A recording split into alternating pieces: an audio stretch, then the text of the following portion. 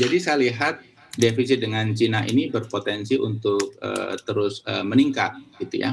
Karena kita lihat Cina memang memproduksi produk-produk yang selama ini dikonsumsi oleh masyarakat kita sehari-hari.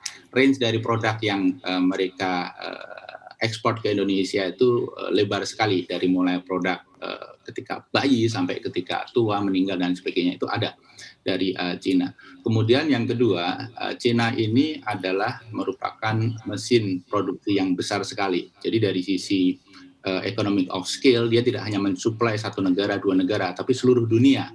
Jadi memang dari sisi harga kita sulit bersaing. Jadi trennya memang akan terus meningkat. Belum lagi kalau kita melihat proyek-proyek investasi kita. Sekarang ini ada begitu banyak capex gitu ya, yang pembelanjaannya dilakukan dari Cina. Mungkin karena term and condition yang lebih ringan, produk yang lebih murah.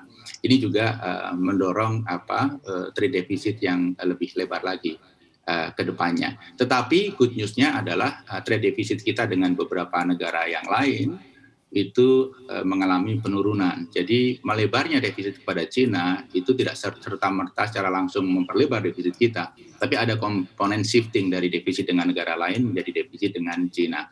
Tetapi apapun itu, ketergantungan yang terlalu besar pada satu negara itu membuat posisi kita agak berisiko. Baik, untuk kedepannya Pak, seperti apa Anda melihat terkait dengan perdagangan Indonesia dan juga China ini? Apakah kita akan terus dalam beberapa tahun ke depan mengalami yang namanya defisit?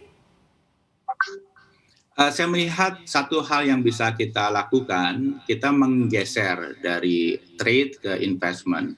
Jadi kita melakukan trade dengan China misalnya, tetapi kita juga menjadikan prakondisi bahwa mereka juga harus melakukan investasi di Indonesia, dan investasinya harus di sektor-sektor yang tidak hanya natural resources base, karena selama ini mereka sangat semangat hanya di sektor itu, di sektor-sektor yang lain masih kurang.